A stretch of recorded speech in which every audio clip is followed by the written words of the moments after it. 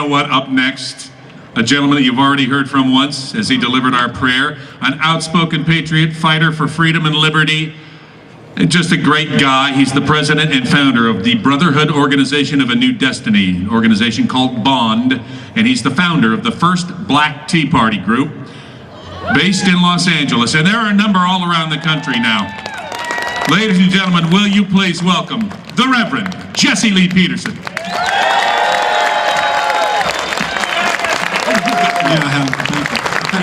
Okay. Well, it's good to be here. Thanks for having me back. I can't believe that a year went by like that. I always open up by clearing up one thing, and I want to make it clear today that I am not an African American. I don't have an afro. I have an Amerifro. There are no African drums beating in my chest. The American guitar is playing in my heart. I'm as black as the ace of spades. I grew up on a plantation down in Alabama, but I am 100% American. I love my country, and I really mean that. I really mean it. I want to talk to you about courage. We got to have courage, and we got to be brave and not be afraid. First, I do want to say that I told you not to vote for Barack Obama, but no, you wouldn't listen. Good. I was disappointed when he was elected the first time around, but on the second time, I was sad for 3 days. And the only reason I say sad for 3 days because God said that you're only supposed to mourn for 3 days. So I was in mourning for 3 days, and on the third day I got up and washed my face and got back on the battlefield. I did not, for some reason, and I know why, I did not think that Barack Obama would be re-elected. I couldn't imagine that there was one person in heaven or on earth that would re-elect Barack Obama. That was mind-blowing to me. But I'm over it. We're back on the battlefield, and we're going to win this battle because God is on our side. He's with us. He really is.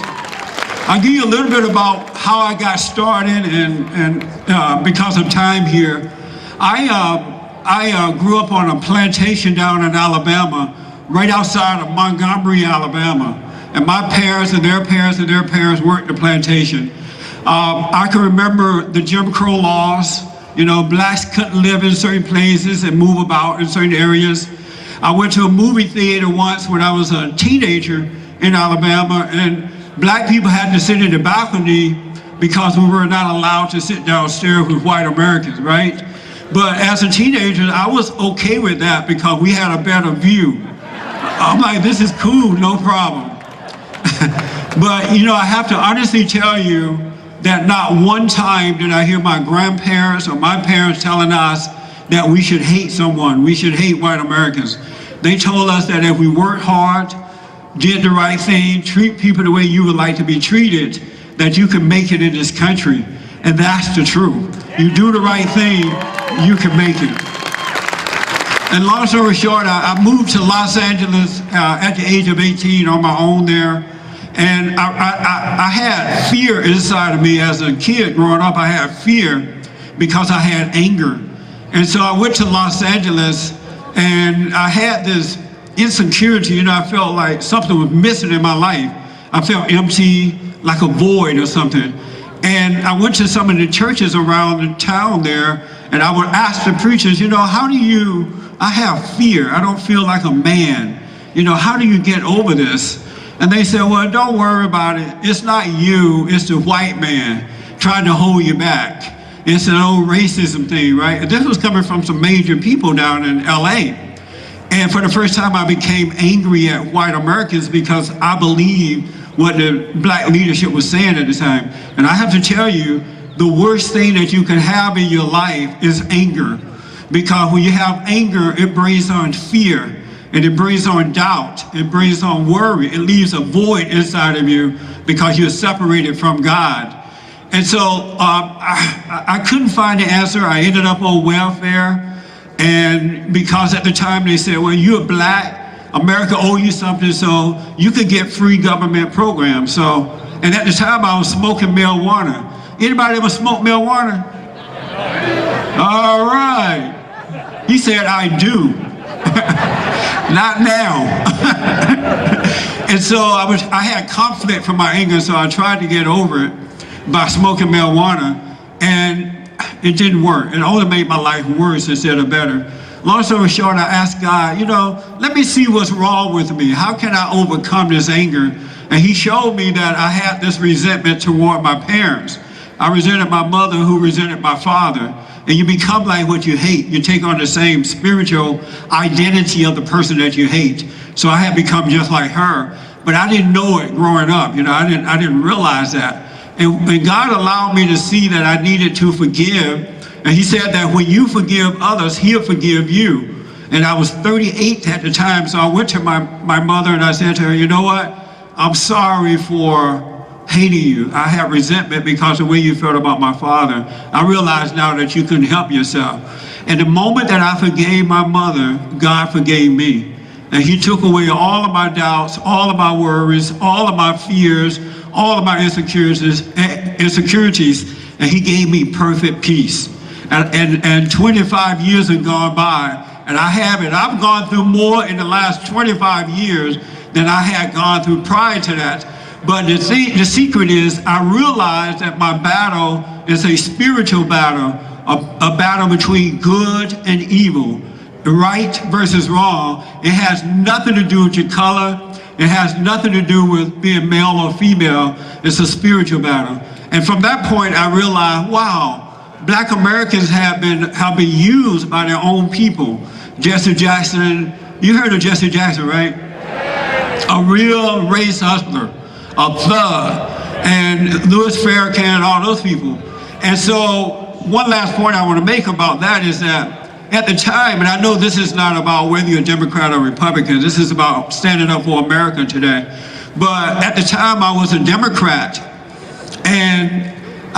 but when I woke up, when God changed my heart, I looked at the Democratic platform and I could not agree with that platform anymore because it was anti-God, anti-family, and anti-everything, right?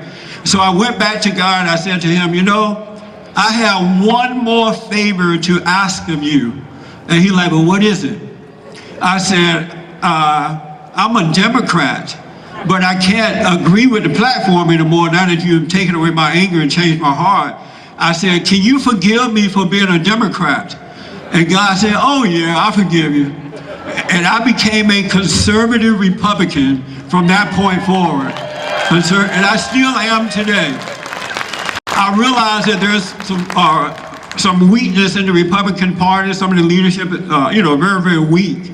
But I still identify with the platform: God, country, family, freedom, Constitution. I agree with that, 100%.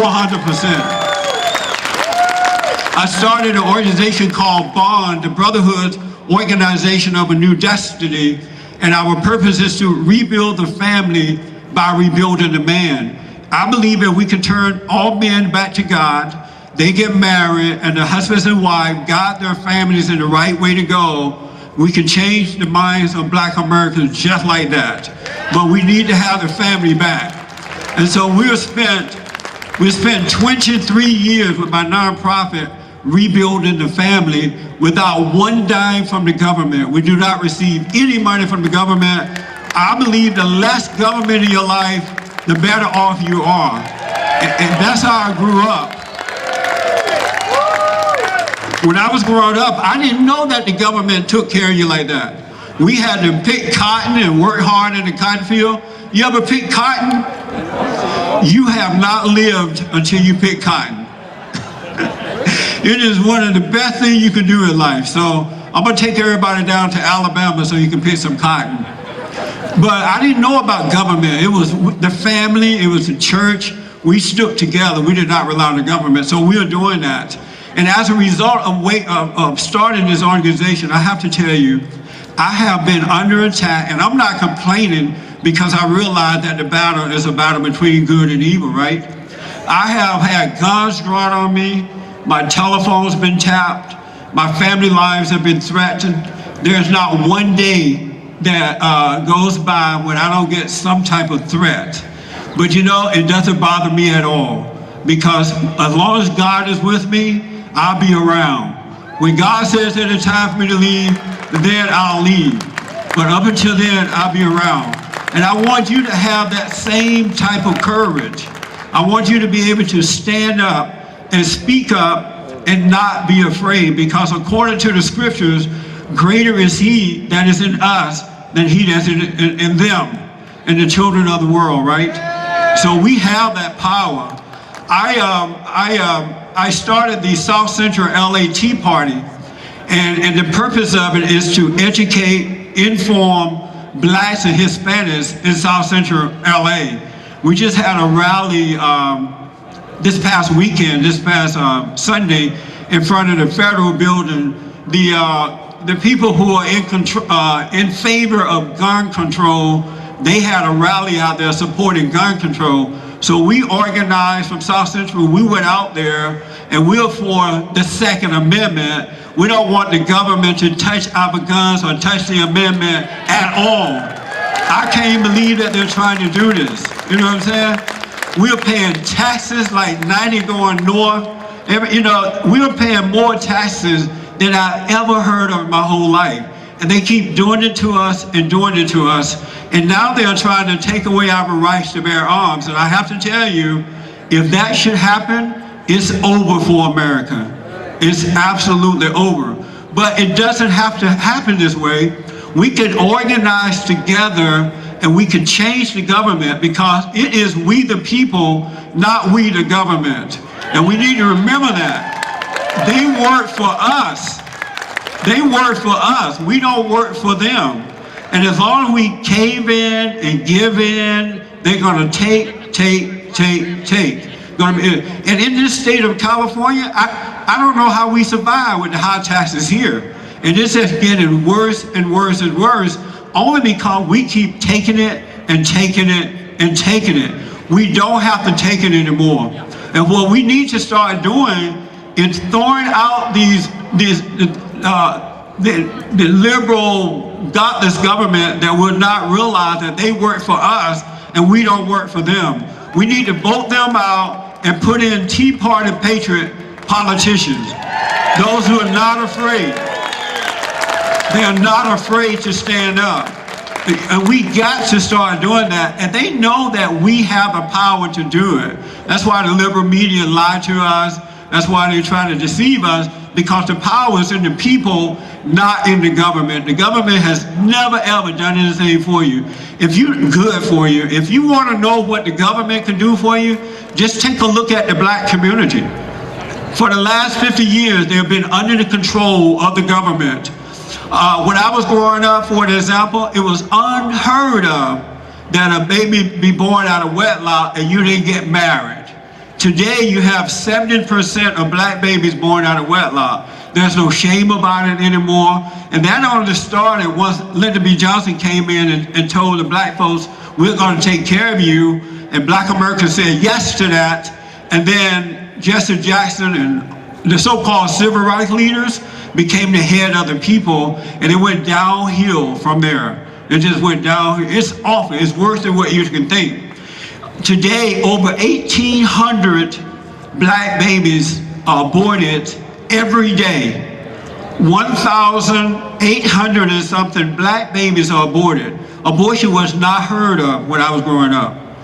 I knew no one who had an abortion. And it's out of control today. 70% of Planned Parenthood abortion mills are located in the inner cities around the country, and they are taking the money of these people and killing their babies. And a lot of the parents don't know what's going on, but we are out there educating them about that. We're telling them what's going on. And when I was growing up, I could not wait to turn 15 years old, because I got my first rifle at 15. I never went to training camp to learn how to shoot a rifle. I never shot anybody. common sense guided me. When I first got my rifle, I went out into the woods and I shot a squirrel for the first time. And we have never been taught how to do that. Now, most Black Americans will not even stand up for the Second Amendment. They won't stand up for freedom of speech. And the reason for that is that they trust the government more than they trust God and more than they trust themselves. And this is what happens when the government comes into your life. We gotta say back off to the government. We gotta let them know that they work for us. We do not work for them. And we gotta do this, folks. We have no other choice. This is the greatest country in the world.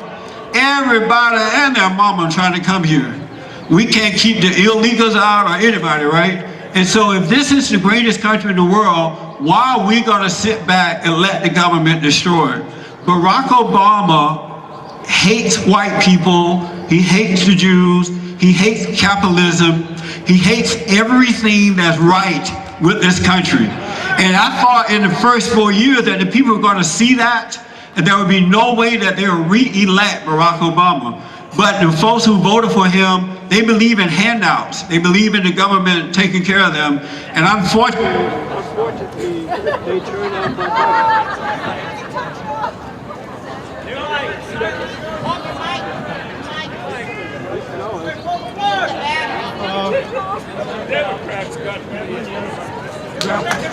Justin, oh, here we go. See there?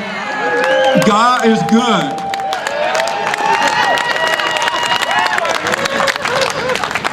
Barack Obama is hell-bent on destroying America. Be not deceived. He's the kind of guy that can look you in the face and smile at you and lie to you. And then when he's caught in the lie, he doesn't say, oh, you caught me, I'm sorry, right? He keeps smiling and he'll come up with another lie. He is so connected to evil. I'm not saying that he is Satan yet, right? But one thing I know for sure, he is the son of Satan. He's on the side of evil. And so don't be fooled by the smile. Don't be fooled by the niceness. He's not a nice man. He hates the way this country is. He believes in the redistribution of wealth. And if we sit back in the next 4 years, we won't recognize America. So come the next midterm election, what we gotta do is vote in Tea Party patriots, and we gotta take both houses so we can stop Barack Obama and just wait it out until he's out of there. And then we can start rebuilding America, all right? And again, I want you to know, I really want you to know, let go of your anger. If we let go of that anger, you can reconnect with God, and the power is in us. It's absolutely there. I have no fear. No fear. I don't feel like a brave man, but I don't have fear. And I'm guided by where God leads me. I wrote a book called Scam, How the Black Leadership Exploits Black America. And it exposes Jesse Jackson and so-called black leadership. And one time, long story short, I write about it in the book. I was at a meeting with Jesse Jackson. We used to hold for 5 years, we held the National Repudiation Day of Jesse Jackson. And we will hold this every year in front of his Rainbow Push office, Los Angeles. And we would do it on Martin Luther King Jr. birthday. And I'm out of time. Oh man, I didn't even see that. Well, I write about it. We have a table out there on the sidewalk with my books and things like that. But let me just please make this quick announcement. I didn't even see the sign down there. 150 years after President Abraham Lincoln issued the Emancipation Proclamation, freeing black slaves from states that had seceded from the Union, it's now time to free white Americans. And so what I've done, I've started the second Emancipation Proclamation for white people.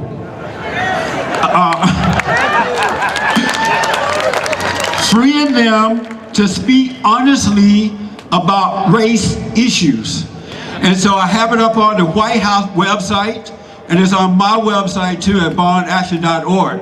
Between now and May 4th, we got to get 100,000 signatures so that we can get the second emancipation, freeing white Americans to speak freely when it comes to the issue of race. Because I have to tell you, as long as you have that fear, they're going to use you. They're going to scare you and take all that you have. So make sure you go to my website, get the information on the table, sign the Emancipation Proclamation, freeing of white Americans, and we got it. It used to be 20,000 signatures, but Obama changed it to 100,000. So get the word out, sign the Emancipation Proclamation, all right? Greater is he that's in us than he that's in the world. We have the power. We got to bring all people together of God so we can save our country. Thank you so much for having me here. Sorry for going over. Sorry. God bless you. The Reverend Jesse Lee Peterson, ladies and gentlemen.